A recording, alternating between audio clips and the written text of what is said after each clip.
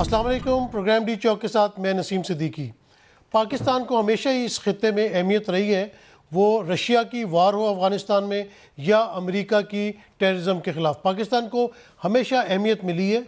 पाकिस्तान का चाइना के साथ बहुत अच्छे ताल्लुकात हैं और पाकिस्तान ने हमेशा उसको निभाने की कोशिश की है और जब भी पाकिस्तान को भी ज़रूरत पड़ी है चाइना ने हमारी मदद की है। हमारी कोशिश होती है, बल्कि पाकिस्तान की कोशिश होती है कि जितने भी हमसाए मुल्क हैं बशमूल अफ़गानिस्तान, इंडिया, ईरान, सबके साथ अच्छे ताल्लुकात रखें। और जब से ये दुनिया ग्लोबल विलेज हुई है तो हमें अपने वेस्ट के साथ भी ताल्लुकात अच्छे रखने हैं। अमेरिका हमारा बहुत पुराना एलाई है, उसके साथ भी हमने ताल्लुकात जो है हमेशा अच्छे रखने हैं। पाकिस्तान सफारती ताल्लुकात की बिना पर कितनी कामयाबियां हासिल कर चुका है और मुस्तकबिल में हमें क्या करना चाहिए, आज ये हमारा मौजू रहेगा। हमें ज्वाइन किया है स्टूडियो के अंदर साबिक सफ़ीर नजमुस साकिब साहब ने। Sir thank you very much.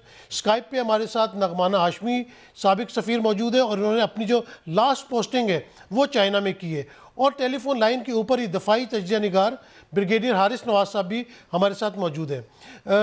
नगमाना Hashmi साहब, आपसे सबसे पहले मैं सवाल करूंगा कि ये जो दौरा है इसको चाइना का, जहाँ प्राइम मिनिस्टर अपने वफद के साथ गए हुए हैं, आप इस दौरे को किस तरह देखती हैं? देखिए, आपने बहुत ही एक कलीदी सवाल किया है। इसमें मैं ये बहुत क्लियरली बताना चाहूँगी आपके नाज़रीन को कि ये एक आम दौरा नहीं है। इसको एक जो आम बायलैटरल रिलेशंस में हम आते जाते रहते हैं, मिलते रहते हैं। चीन के साथ तो हमारे बहुत ज़्यादा ताल्लुकात हैं और उनके साथ बहुत ज़्यादा एक्सचेंज और विज़िट होता रहता है। ये पहली दफ़ा है कि कोविड की वजह से पिछले 2 साल से इस तरह के हाई लेवल विज़िट जो है उनमें थोड़ी सी हमने कमी देखी। लेकिन जिस तरह खित्ते की और जिस तरह दुनिया की जियो स्ट्रेटेजिक, जियो पोलिटिकल और जियो इकोनॉमिक एनवायरनमेंट चेंज हो रही है और जिस तरह से पूरी दुनिया इस वक्त एक फ्लक्स में है और नई अलाइनमेंट्स और नई ओरिएंटेशंस जो हैं वो सामने आ रही हैं, तो उस तनाजुल में अगर आप देखेंगे तो ये एक बहुत ही अहम विजिट है। पहली तो बात यह है कि इससे बड़ा एक साफ पैगाम पाकिस्तान ने और पाकिस्तान के वज़ीर आज़म ने न सिर्फ चीनी क़यादत को दिया है बल्कि चीनी अवाम को, जो कि बहुत एक इम्पॉर्टेंट एलिमेंट है, उसको ये पैगाम दिया है कि पाकिस्तान हमेशा की तरह चीन के साथ खड़ा है और चीन भी जब भी हमें ज़रूरत पड़ती है तो वो आहनी दीवार बन के हमारे साथ खड़ा होता है। और दूसरा हमारा एक प्रिंसिपल स्टैंड आपको पता है ये रहा है कि हम जो गेम्स हैं उन्हें पोलिटिसाइज नहीं करते। गेम्स जो हैं वो एक दूसरे को पास लाने का तरीका होते हैं, कोऑपरेशन का तरीका होते हैं, मोहब्बत बढ़ाने का तरीका होते हैं। हमने भी बहुत सफ़र किया है क्योंकि हमारा एक क्रिकेट को पोलिटिसाइज किया गया, तो इसलिए ये एक बहुत बड़ा मैसेज गया है कि गेम्स पोलिटिसाइज नहीं होने चाहिए और हम किसी भी सतह पे चीन को आइसोलेट नहीं होने। अच्छा मैडम, ये बात बताइएगा कि आपने जो है काफ़ी अरसा चाइना में गुजारा है। हमें तो यहाँ बैठ के पता चलता है कि चाइना हमारा बड़ा अच्छा दोस्त है, हमारे साथ बड़े अच्छे ताल्लुकात हैं। वहाँ आपने अपनी जब खिदमात अंजाम दे रही थी फॉरेन ऑफिस की तरफ से, आपने वहाँ चाइनीज़ को और वहाँ का हमें बताया कि किस तरह का पाया? देखिए, पहले मुझे इस दौरे के बारे में ज़रा 1 मिनट दीजिए कि मैं आपका पहले सवाल का जवाब दे सकूं, फिर मैं बाकी आपकी सारी बातों का जवाब दे सकूं। देखिए, ये मैंने कहा आपको कि इसकी टाइमिंग बहुत इंपॉर्टेंट है क्योंकि दुनिया फ्लक्स में है। ये दौरा सिर्फ 2 अरब रुपए का कोई लोन लेने के लिए या 400-500 मिलियन के प्रोजेक्ट साइन करने के बारे में नहीं है। ये दौरा है कि आपने अपने ताल्लुकात को मज़ीद आगे 2050 तक कैसे मजबूत रखना है। और 2050 में इसलिए कह रही हूँ कि 2049 में नए चाइना के क़याम को 100 साल हो जाएंगे और चाइना का जो सेकंड मिलेनियम गोल है वो यही है कि उसकी कंप्लीट रिजुविनेशन हो जाए और वो अपना जो राइटफुल प्लेस है as leader of the world वहाँ उस तक पहुँच जाए। और उस तक पहुँचने में अभी इश्क में के इम्तिहान और भी हैं और इन इश्क के इम्तिहानों में पाकिस्तान का भी को भी अपना हिस्सा डालना पड़ेगा। हम पे भी प्रेशर आएगा, अफगानिस्तान के थ्रू भी आएगा, बलूचिस्तान के थ्रू भी आएगा, अमेरिका भी हम पे प्रेशर डालेगा। तो ये मौका है कि हमारी क़यादत, चीनी क़यादत से मिलके उन्होंने ज़रूर ये डिसाइड किया होगा कि हमें इन सारी मुश्किलात का, इन सारे चैलेंजेस का किस तरह मुकाबला करना है और किस तरह 2050 तक पहुंचना है। और उसके बाद जब चीन एक उभर के सुपर पावर बन चुका होगा तो उसके बाद फिर हमारे ताल्लुकात की नौयत क्या होगी। तो ये एक, जिसको कहते हैं ना, कौमों की जिंदगियों में कोई एक डिफाइनिंग मोमेंट्स आते हैं और ये एक वो डिफाइनिंग मोमेंट है। जैसे चीन सदियों के अपनी स्ट्रैटेजी को पहले से इवॉल्व करता है, ये अब टाइम है कि हमारी लीडरशिप उनके साथ मिलके एंड ऑफ द सेंचुरी तक 20 ये अब 21वीं सदी जारी है, 22वीं सदी के शुरू तक हमारे क्या रिलेशनशिप होने चाहिए। सो ये एक बहुत अहम दौरा है और इसको उसी के तनाजुल में देखना चाहिए। ये एक बहुत अहम दौरा है। ये दूसरा सवाल का जवाब मैं आपसे ठहर के लेता हूँ। मैं ज़रा नजमुल साकिब साहब से भी इसी टॉपिक के ऊपर बात कर लूँ। नजमुल साकिब साहब, ये बताइएगा कि वाई द टाइमिंग, ये टाइमिंग क्या थी? क्या सिर्फ ये सी पैक था, इन्वेस्टमेंट थी, या कोई और बात है? मेरे ख्याल में सबसे पहले ये बताना था कि अमेरिका ने जो ये बीजिंग ओलंपिक्स जो विंटर के हैं उनका बाइकआउट किया, उसके बाद हमने देखा कि कनाडा और ऑस्ट्रेलिया ने भी सूट फॉलो किया, फिर उसके बाद हमने देखा कि इंडिया ने भी बाइकआउट कर दिया। अब उसमें पाकिस्तान का जाना बनता था, इसलिए कि पाकिस्तान चाइना को बताना चाहता है, पाकिस्तान अमेरिका को भी बताना चाहता है। अभी हमने देखा कि दिसंबर में, ये जो अभी दिसंबर गुजरा है, उसमें एक समिट फॉर डेमोक्रेसी भी होती है, उसमें चाइना को नहीं बुलाया जाता, ताइवान को बुलाया जाता है। और ये शायद पाकिस्तान की तारीख़ में पहली दफ़ा ऐसी थी कि यूनाइटेड स्टेट्स ऑफ अमेरिका से कोई इन्विटेशन आती है और उसको आप कहते हैं जी कि हमने नहीं जाना। तो वो सीधा सीधा सा था कि प्रो चाइना स्टैंड, और वो जो यकजहती जिसको सॉलिडारिटी कहते हैं वो बतानी थी। ये दूसरा बड़ा मौका आया है और सिर्फ 2-3 महीनों में कि पाकिस्तान ने खुल के बताया है कि हम चाइना के साथ हैं। ना सिर्फ ये कि चाइना के साथ हैं, अगर अमेरिका बाइकआउट करता है किसी इवेंट का जो कि चाइना होस्ट कर रहा है तो हम उसमें शिरकत करेंगे। अब ये 3 तारीख को पहुंचना प्राइम मिनिस्टर का और 4 को इनॉग्रल सेरेमनी होनी, ये साफ साफ नज़र आ गया। तो आपका जो टाइमिंग वाली सवाल था उसका तो साफ पता चलता है। हालांकि ये बड़ा ओवरड्यू विजिट था, इसको आज से कोई 1.5 साल पहले होना चाहिए था। मेरे ख्याल में मैडम नगमादा ने बिल्कुल ठीक तरीके से बताया है 2050 तक का सारा प्लान। मेरी राय थोड़ी सी मुख्तलिफ है इस सिलसिले में।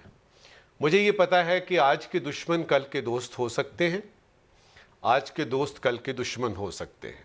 50 साल 100 साल तो दूर की बात है। मैं तो अगले 5 साल के बारे में सही तरह से नहीं बता सकता कि चाइना हमारा दोस्त रहेगा कि नहीं रहेगा। वो इसकी वजह बताता हूँ। जो इस वक्त ग्लोबल गवर्नेंस की बात हो रही है, जिसमें कि हम देख रहे हैं कि अमेरिका और चाइना जो है उनकी ट्रेड वॉर तो शुरू हो चुकी है। ये नेटो की मीटिंग जो आखिरी प्रेसिडेंट बाइडेन ने की ब्रसल्स में, उसमें उन्होंने खुल के बताया कि भाई चाइना को कंटेन करना है।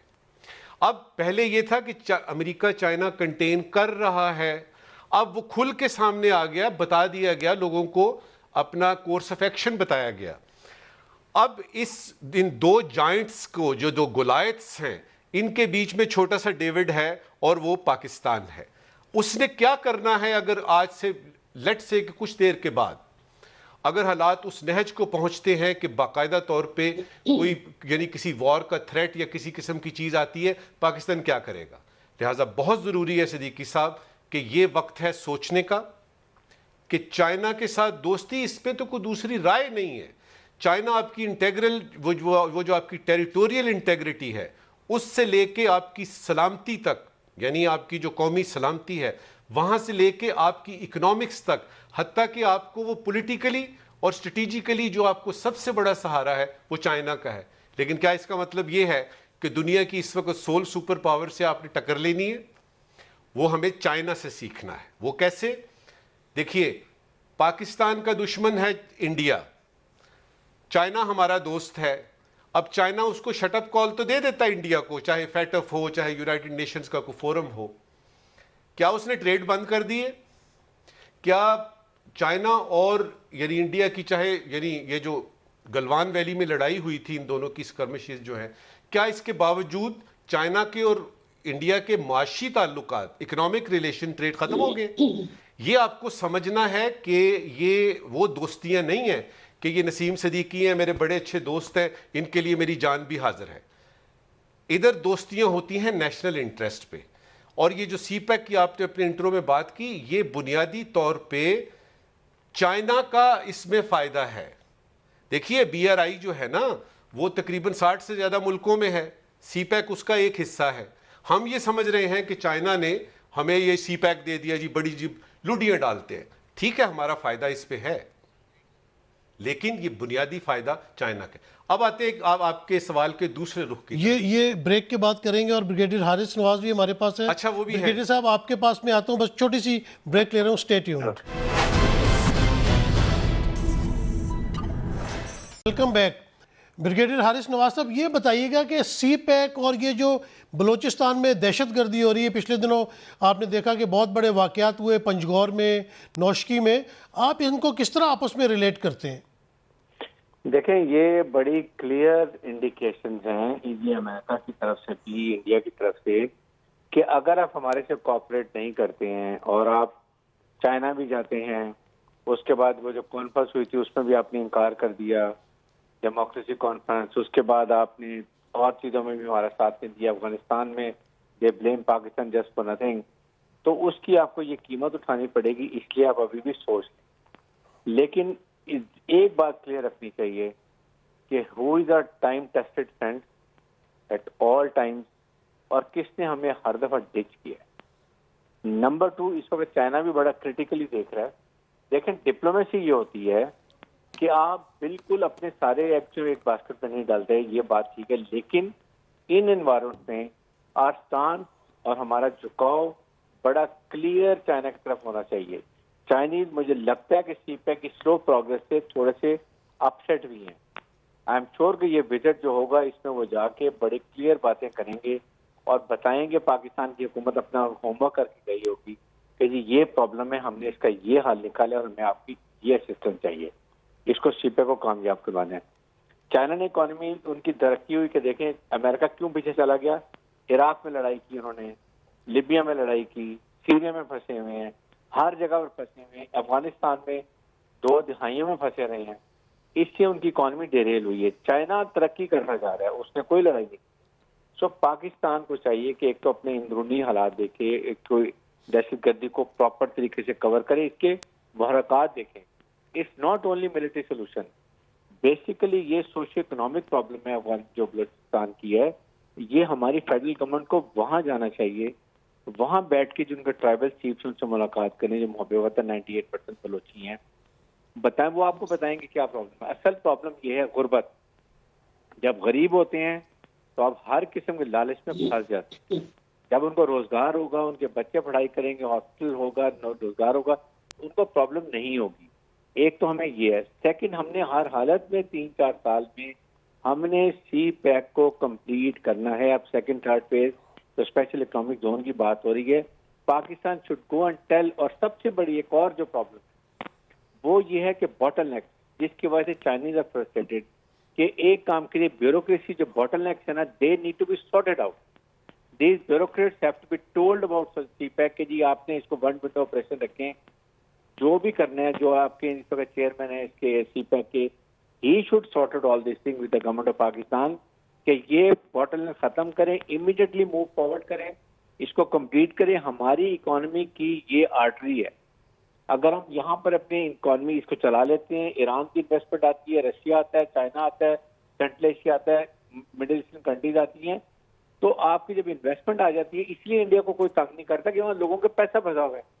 जब आपके पास इकोनॉमी आ जाएगी, यहाँ लोगों की इन्वेस्टमेंट आ जाएगी, तो they will never allow China India to misbehave with Pakistan. Brigadier साहब, आपने जो बॉटल नेक वाली बात की है, मैं नगमाना हाशमी से पूछना चाहूँगा। मैडम, जिस तरह मैंने पहले आपसे सवाल किया था कि आप अभी बहुत कुछ अर्सा पहले वहाँ से वापस आई हैं, ये सीपैक को वहाँ पे वो लोग किस तरह देखते हैं? जैसे हमारे मुल्क में तो इसको गेम चेंजर कहा जाता है, क्या वो भी इसको गेम चेंजर समझते हैं? देखें, प्लीज अंडरस्टैंड करें कि सीपैक एक ऐसी कनेक्टिविटी है जो पूरे बेल्ट एंड रोड के लिए बकल की तरह है, क्योंकि this is the only north south connectivity, और इसके बगैर जो है वो बेल्ट एंड रोड का जो कॉन्सेप्ट है वो पूरा नहीं होता। सो चीन के लिए ये बहुत एक इम्पॉर्टेंट इनिशिएटिव है, और चाइना के जो लोग हैं वो भी इस बात को बहुत अच्छी तरह समझते हैं, और बिकॉज चीन हमारा एक दोस्त है, एक हमारी वहाँ पे गुडविल बहुत ज़्यादा है, और वहाँ पे चीनी हुकूमत ने अपने जो इंडस्ट्रियलिस्ट हैं, जो एंटरप्राइजेस हैं, उनको एक एडवाइस भी दी हुई है कि जी आप जो यहाँ से चीन से इंडस्ट्री रीलोकेट कर रहे हैं, वो जो बाकी साउथ ईस्ट एशियन कंट्रीज में, साउथ एशियन कंट्रीज में लेके जा रहे हैं, तो आप पहली प्रेफरेंस पाकिस्तान को भी दें। तो वहाँ तो इसके बारे में बहुत ज़्यादा एंथुजियाज्म है, बट अनफॉर्चुनेटली ये जो हमारे स्पेशल इकोनॉमिक जोन्स थे, इनमें जो इंसेंटिव्स देने चाहिए थे, जो इनको तैयार कर लेना चाहिए था अब तक के जो चीनी एंटरप्राइजेस आती, तो वो प्लग एंड प्ले वाला सीन होता कि चीज़ें सारी तैयार होती। अनफॉर्चुनेटली जो हमने करना था कि हम अपने स्पेशल इकोनॉमिक जोन्स को तैयार करते, उसमें हमसे थोड़ी सी गफलत हुई है। इसलिए ये बड़ी खुशाइंद बात है कि इस दफ़ा जब वज़ीर आज़म साहब तशरीफ़ ले गए, तो उनके साथ जो लोग गए हैं उन्होंने बाकायदा एक फ्रेमवर्क भी तैयार किया है, एक डॉक्यूमेंट भी तैयार किया है, और फाइनली गवर्नमेंट ने एक पेज पे आके ये फैसला किया है कि भाई हमें स्पेशल इंसेंटिव्स देने पड़ेंगे, और वो अगर बाकी साउथ ईस्ट एशिया और एशिया से और बाकी ममालिक से बेहतर होंगे, तभी इन्वेस्टर जो है वो अपना पैसा लेकर आएगा। अच्छा मैडम, यहाँ पे एक बात बताइएगा कि आपने दुनिया में काफ़ी मुल्कों में सफारतकारी की है, ये अमेरिका के साथ रिलेशंस और चाइना के साथ रिलेशंस, इनमें बैलेंस किस तरह लाया जाए? देखिए जी, पाकिस्तान हमेशा से काफ़ी अक्लमंद मुल्क रहा है, और पाकिस्तान के सिफारतकार भी बहुत अच्छे सिफारतकार हैं, और हमने अगर आप पिछले हमारी 7 दहाइयों की पॉलिसीज़ को देख लें, तो हमने काफ़ी बैलेंस कायम रखा हुआ है। हमेशा से हमारी अमेरिका के साथ भी एक स्ट्रेटेजिक पार्टनरशिप रही है, लेकिन उसका एक देखिए उसका एसेंस बिल्कुल फ़र्क है। वो एक ट्रांजैक्शनल सी रिलेशनशिप है। जब उनको हमारी ज़रूरत पड़ती है वो हमें बुला लेते हैं, फिर हमें छोड़ देते हैं, फिर बुला लेते हैं, लेकिन दोस्ती हमारी उनके साथ है। उनकी बहुत फॉरेन डायरेक्ट इन्वेस्टमेंट है यहाँ, बहुत सारे चीज़ों पे अमेरिका ने हमें काफ़ी हेल्प भी किया। अभी उनकी स्टेटमेंट आई है कि पाकिस्तान हमारा एक इम्पॉर्टेंट स्ट्रेटेजिक पार्टनर है, वो एक सुपर पावर है। ये तो कहीं की अक्लमंदी नहीं है कि पाकिस्तान जो है वो एक सुपर पावर के साथ, जिसके साथ हमारे एक रिलेशन की हिस्ट्री है, उसको हम ओवरनाइट अबैंडन कर देंगे। लेकिन ये भी हकीकत है कि हमारा नेचर ऑफ रिलेशनशिप जो है वो चीन के साथ बिल्कुल फर्क है। देखिए, चीन के साथ जो रिलेशनशिप है वो दुनिया की किसी और मुल्क के साथ हमारा नहीं है। ये कभी भी ट्रांजैक्शनल नहीं रहा, और ये भी हमारा बड़ा मिसपरसेप्शन है। और ये मैं क्लियर करना चाहूंगी यहाँ कि शायद सीपेक का फायदा जो है वो सारा चीन को है। ये सारा वेस्टर्न प्रोपेगेंडा है। This is a win win cooperation. China allies नहीं बनाता। हम फॉरेन डिस्कशंस में कहते हैं वो हम चाइना के ally, that's a word Chinese don't use, it's a negative connotation. Allies दूसरों के अगेंस्ट बनते हैं, चाइना पार्टनरशिप्स की बात करता है। चाइना पार्टनरशिप्स की बात करती है, यही बात नजमुत साकिब साहब से पूछेंगे। बड़ी अच्छी बात की है आप मैडम ने। आपने नसीम सिद्दीकी साहब ऐसा अहम सवाल किया है, और इस बहाने ऐसा करते हैं कि आपके जो लाखों सुनने वाले देखने वाले हैं उनको खुशखबरी देते हैं। आपने पूछा कि किस तरह से बैलेंस क्रिएट किया जाए। मेरे ख्याल में एक खिड़की खोल दी है अमेरिका ने कि आप हमारे साथ दोबारा से उन ताल्लुकात की तरफ आएँ जो कि हम चाह रहे हैं कि भाई ये काउंटर टेररिज्म इससे ज़रा हटके को मुआशियात की बात करें। वो पुराने वाले पाक यूएस ताल्लुकात जो हैं उनको मेरे ख्याल से कोविड के बाद अब पूरी दुनिया को इकोनॉमी के बारे में ही सोचना चाहिए। वही जियो इकोनॉमिक्स और वो आपकी नेशनल सिक्योरिटी पॉलिसी और वगैरह वगैरह। उसमें हुआ ये कि अभी आज तो इतवार है, कुछ 2 दिन पहले नेट प्राइस हैं इनके स्टेट डिपार्टमेंट के स्पोक्स पर्सन अमेरिका में, उन्होंने कुछ अखबारी वो जो लोग थे सहाफ़ी वगैरह, उनके सवालों जवाबों में दो बड़ी अहम बातें की हैं। पहली बात उन्होंने ये की है कि पाकिस्तान अमेरिका का स्ट्रेटेजिक पार्टनर है। क्लियर वर्ड्स में किया है, कोई प्रोवाइजो नहीं लगाया, कोई सेमीकोलन कोलन नहीं लगाया। पाकिस्तान अमेरिका का स्ट्रेटेजिक पार्टनर है। ये खुशखबरी दे रहा हूं आपको, एलाई नहीं है, स्ट्रेटेजिक पार्टनर है। स्ट्रेटेजिक पार्टनर, और ये बड़े अरसे के बाद इन कानों ने सुना है और इन आंखों ने देखा है। दूसरी बात उन्होंने की कि अमेरिका हरगिज ये नहीं चाहता कि चाइना और अमेरिका के दरमियान चुना जाए कि भई आपने किसको। तो ये जो दूसरी वाली बात बता रहा हूं ना, इसमें मेरे लिए परेशानी है, क्योंकि ये वो वक्त है जब प्राइम मिनिस्टर हमारे चाइना में मौजूद हैं, वो समिट फॉर डेमोक्रेसी में हमारा इनकार, ओलंपिक्स में हमारा पहुंचना और इनॉग्रल उसमें करना, जबकि अमेरिका बायकॉट कर चुका है। तो ये दो स्टेटमेंट्स जो हैं, इसमें एक खुशखबरी है और एक परेशानी है। अब ये खिड़की जो खोली है अमेरिका ने कि आप स्ट्रेटेजिक पार्टनर हैं, इसको अब इस्तेमाल करना है। अब वो जो आपने सवाल किया था ना कि बैलेंस किस तरह से क्रिएट किया जाए, बाबा इस वक्त 200 से ज़्यादा मुल्क हैं, उसमें से कई ममालिक जो हैं उनके ताल्लुकात आपस में ठीक नहीं है। आपके ताल्लुकात डायरेक्ट होने चाहिए, और सिफारतकारी का जहाँ तक ताल्लुक है उसकी दो ही तो बातें हैं। और ये मैं बात कर रहा हूँ आज से सदियों पहले की सिफारतकारी। आप सन जू से लेके चनकिया तक आए, आप ग्रीस में होने वाली तमाम वो जो पार्लियामेंटेरियन उसमें पॉलिटिक्स होती थी, उसमें जो सिफारतकारी होती थी, और आज तक पहली बात सिफारतकारी में ये है कि जो आपके दोस्त हैं उनको दोस्त रखें। जिस तरह मसलन चाइना हमारा, इस पे तो कोई क्वेश्चन ही नहीं है, चाइना तो आपका सबसे मजबूत और बेहतरीन दोस्त है। दूसरी सिफारतकारी की बात है कि नए दोस्त बनाएं। अब उसमें एक तीसरा एंगल ये निकलता है कि अमेरिका जैसी सुपर पावर जो है वो हमें लगता है कि हमें यूज करती है। उसकी वजह यह है कि हम हमेशा अमेरिका को अपने एंगल से देखते हैं। हम समझते हैं जी अमेरिका ये देखे जी वो भगौड़ा हो गया, देखे जी अफगानिस्तान छोड़ दिया, लुडियां डालनी शुरू कर दी। देखिए ऐसा नहीं है। आपने अमेरिका के एंगल से कभी पाकिस्तान को देखा है? अमेरिका के एंगल से कैसे देख रहा है? पाकिस्तान को ब्रेक के बाद देखते हैं। ब्रेक के बाद ब्रिगेडियर साहब आपकी तरफ में आता हूं, एक ब्रेक लेने दें, take a break. Welcome back. Brigadier साहब, आपने दोनों पार्टिसिपेंट्स की बातें सुनी, कितनी स्ट्रेटजिकल अहमियत है पाकिस्तान की। आपने देखा कि एक तरफ भारत हमारा बहुत बड़ा दुश्मन है, दूसरी तरफ अफगानिस्तान में जो अनरेस्ट होता है उसकी वजह से पाकिस्तान को बड़ी कीमत अदा करनी पड़ती है। हमने दहशतगर्दी की जंग में 70,000 से ज़्यादा जानें दी, मिलियंस ऑफ पाउंड्स जो है, डॉलर्स जो है, हमें नुकसान भी हुआ। और अब आप देखें कि जो एक दहशतगर्दी की लहर पाकिस्तान से ख़त्म हो गई थी, उसने दोबारा सर उठाना शुरू कर दी है। क्या कहेंगे आप? देखें, इस वक्त हालात बड़े फास्ट चेंज हो रहे हैं, लेकिन एक बात याद रखें कि पाकिस्तान की जियो स्ट्रेटेजिक लोकेशन ऐसी है कि हमें कोई भी इग्नोर नहीं कर सकता। Number 2, because we are an nuclear country. ये दो मुहरकात हैं जिसकी वजह हमें कोई इग्नोर नहीं कर सकता। नंबर 3 बात यह है कि हमें डिप्लोमेसी ये है और आर्ट ऑफ डिप्लोमेसी ये है कि आप अपनी पॉलिसी को, नेशनल पॉलिसी को परस्यू करते हैं, but you keep engaged with your other all the countries. China से हमारे बहुत अच्छे ताल्लुकात हैं, but we have to remain engaged with America. We have to keep telling them that what we expect from America, we have been disappointed from America. एक तो ये बात है। सेकंड ये है कि आपने ये देखना है कि हमने चाइना से लेके हमने इकोनॉमिक तरक्की करनी है, बेंच पार्क है, किसी हालत में भी हमने सीपैक को डिले नहीं करना, बॉटल ने खत्म करने हैं, और हमने सीपैक बना के अपने आप को ऐसी जगह पे ले जाना है जहां पर हम दुनिया की कॉमन ऑफ नेशन में बहुत टॉप पोजीशन पर आ जाए। इकोनॉमिक तरक्की के, इस वॉर ऑफ इकोनॉमी, हम अभी बात करते हैं इकोनॉमिक पॉलिसी की, जियो इकोनॉमी की, जियो स्ट्रेटजी की, जो लिंक है नेशनल सिक्योरिटी पॉलिसी के साथ, उसमें भी ये मैटर करता है।